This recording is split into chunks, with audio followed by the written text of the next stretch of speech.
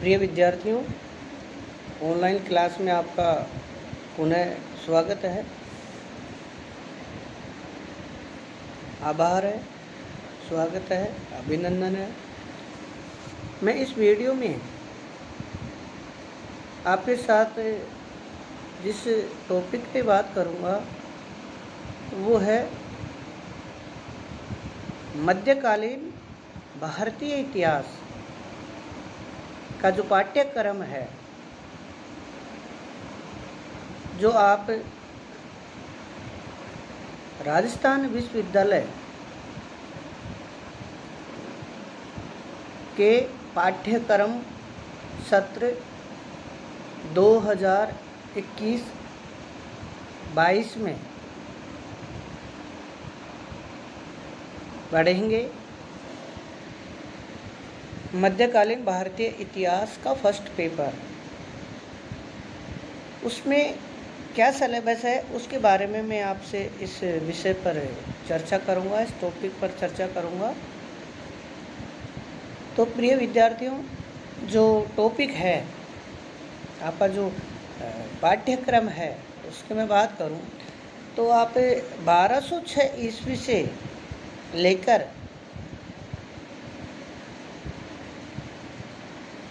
मोटे तौर से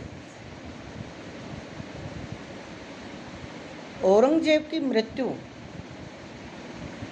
1707 ईस्वी तक का जो इतिहास पढ़ते हैं वही आपका बीए द्वितीय वर्ष का पाठ्यक्रम है, समय है, कार्यकाल है आज इतिहास का, जिसको आपको इसको पढ़ना है लगभग 500 साल, 5 सदी, 1206 से 1707 ईस्वी के मध्य का जो समय है वो आपके इस बीए द्वितीय वर्ष का जो फर्स्ट पेपर है उसका पाठ्यक्रम रहेगा आपके।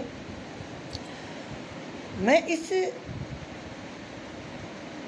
पाठ्यक्रम की अगर विगतवार विस्तृत चर्चा करता हूँ आपके सामने, तो इसमें सबसे पहले जो आपका जो टॉपिक आता है वो है मध्यकालीन भारतीय इतिहास के स्रोत, साक्ष्य, प्रमाण, तथ्य। यानी आप किन साक्ष्यों से, किन प्रमाणों से, किन स्रोतों से आप ये जो समय है, ये जो काल है, जैसे मैंने आपको बताया 1206 से 1707, तो ये 500 साल का मोटे तौर से जब आप इतिहास पढ़ेंगे, उस इतिहास की जानकारी के क्या प्रमाण है, क्या तथ्य है, क्या स्रोत है, क्या साक्ष्य है। जैसे हम बात करते हैं कि उदाहरण के लिए खानवा का युद्ध है, पानीपत का युद्ध है, रजिया के बारे में पढ़ते हैं, इल्तुतमिश के बारे में पढ़ते हैं, बलबन के बारे में पढ़ते हैं, विजयनगर साम्राज्य के बारे में पढ़ते हैं, राणा सांगा के बारे में पढ़ते हैं, महाराणा प्रताप के बारे में पढ़ते हैं। तो हम उनके बारे में कहाँ से जानकारी हमें प्राप्त होती है, किन प्रमाणों से, किन तथ्यों से हम उनका इतिहास जानते हैं, वही आपका जो पहला टॉपिक है वो रहेगा। वो है जिसमें मध्यकालीन भारतीय इतिहास के स्रोत, ये आपका पहला टॉपिक है पाठ्यक्रम का। इसके बाद इसके भी दो रूप हैं। जैसे मैं आपको बताऊं कि आप मध्यकालीन भारत को पढ़ते हैं तो इसके दो मोटे से भाग हैं। अध्ययन की सुविधा की दृष्टि से मान लीजिए आप, इसके दो जो मोटे से रूप हैं वो है, पहला जो मोटा सा भाग है, बड़ा जो इतिहास का, वो है सल्तनतकालीन भारत, यानी 1206 ईस्वी से लेकर 1526 ईस्वी तक का जो समय है आपके समझ में आ रहा होगा, मैं ऐसे उम्मीद करता हूँ। यानी जब आप मोटे तौर से 500 साल का इतिहास को पढ़ेंगे, उसका जो पहला भाग है मध्यकालीन भारतीय इतिहास का, वो है पहला भाग है वो सल्तनत कालीन भारत के नाम से जाना जाता है। और इसका समय है 1206 ईस्वी, जब से दिल्ली सल्तनत की स्थापना हुई है। यानी दिल्ली सल्तनत की स्थापना का श्रेय वैसे तो गौरी को इसका बहुत कुछ हद तक श्रेय प्राप्त है, लेकिन भारत में दिल्ली सल्तनत की स्थापना का श्रेय कुतुबुद्दीन ऐबक को दिया जाता है, जिसने 1206 ईस्वी में दिल्ली में इसकी दिल्ली सल्तनत की स्थापना की। अब ये अलग बात है कि उसको वास्तविक दिल्ली सल्तनत का संस्थापक होने का श्रेय इल्तुतमिश को दिया जाता है, हम बात करेंगे यथास्था। तो दिल्ली सल्तनत की स्थापना 1206 से लेकर 1526, यानी जब दिल्ली सल्तनत के अंतिम सुल्तान इब्राहिम लोदी के शासनकाल तक दिल्ली सल्तनत का इतिहास रहा है। 1206 से 1526 यानी 320 साल का इतिहास दिल्ली सल्तनत के नाम से जाना जाता है। और पानीपत के तृतीय युद्ध में जो 21 अप्रैल 1526 को लड़ा गया, जब मुगल बादशाह बाबर ने दिल्ली सल्तनत के अंतिम सुल्तान इब्राहिम लोदी को पराजित करके दिल्ली में मुगल वंश की स्थापना की, इसी के साथ दिल्ली सल्तनत का अस्तित्व समाप्त हुआ और भारत में एक नई सत्ता, नए वंश की स्थापना हुई, जो भारतीय इतिहास में बहुत महत्वपूर्ण स्थान रखता है। और वो भारतीय इतिहास में, मध्यकालीन भारतीय इतिहास के संदर्भ में वो मुगल कालीन भारत या मुगल वंश के नाम से जाने जाते हैं। प्रिय विद्यार्थियों, अगर हम मुगल वंश की बात करते हैं, मुगल सत्ता की बात करते हैं, तो मुगल जो वंश है, मुगल सत्ता जो है, वो है 1526 से लेकर 1858 ईस्वी तक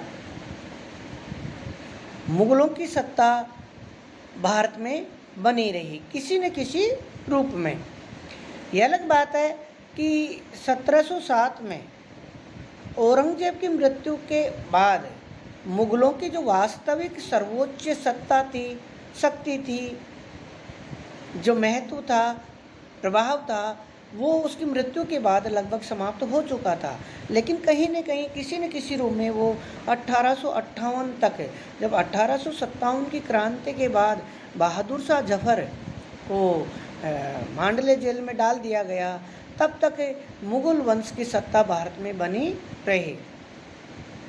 तो आपका जो दूसरा भाग है वह है मुगल कालीन भारत या मुगल वंश, जो आप सेकेंड ईयर में पढ़ेंगे मोटे तौर से। वह है 1526 से लेकर 1707, विशेषकर औरंगजेब की मृत्यु तक, या यूँ कहें कि नादिर शाह 1739 में उसके आक्रमण तक। इसके अलावा मैं आपसे बात करूं तो जो आप इस फर्स्ट पेपर में पढ़ते हैं वो है यहाँ के क्षेत्रीय राज्य, क्षेत्रीय शासक, जिसमें विजयनगर का साम्राज्य महत्वपूर्ण स्थान रखता है। विजयनगर हिंदू राजवंश था, जिसके शासक कृष्णदेव राय काफ़ी प्रसिद्ध और महत्वपूर्ण स्थान रखते हैं। इसके अलावा बहमनी साम्राज्य जो दौलताबाद में स्थापित हुआ, वो आपके सिलेबस में है। इसके अलावा हम राजस्थान की बात करते हैं तो आप जानते हैं कि राजस्थान में इस समय मध्यकालीन भारत का जो समय है उसमें जो महत्वपूर्ण भूमिका राजपूत शासकों ने निभाई, उनमें सबसे महत्वपूर्ण स्थान रखते हैं महाराणा सांगा, जिन्होंने 1509 ईस्वी से लेकर 1530 ईस्वी तक शासन किया था। महाराणा सांगा मालदेव और बाद में आप देखते हैं चंद्रसेन है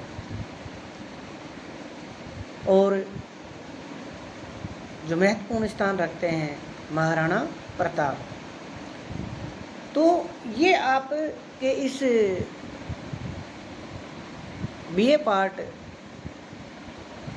द्वितीय के पाठ्यक्रम में ये विषय वस्तु है, जिसका आपको मैंने मोटे तौर से जानकारी दी है। प्रिय विद्यार्थियों, अगर मैं आपको शासकवार राजा, सम्राट, सुल्तान किसने कब तक शासन किया, किस वंश ने कब तक शासन किया, इसकी जानकारी दूं तो मैं अगले वीडियो में आपके साथ इस विषय पर चर्चा करूंगा, जिसमें आप से विगतवार विस्तृत बात करेंगे कि सल्तनत काल में किस वंश ने शासन किया, कब तक किया, किस शासक ने कब से कब तक शासन किया, उसकी हम अगले वीडियो में चर्चा करेंगे। धन्यवाद।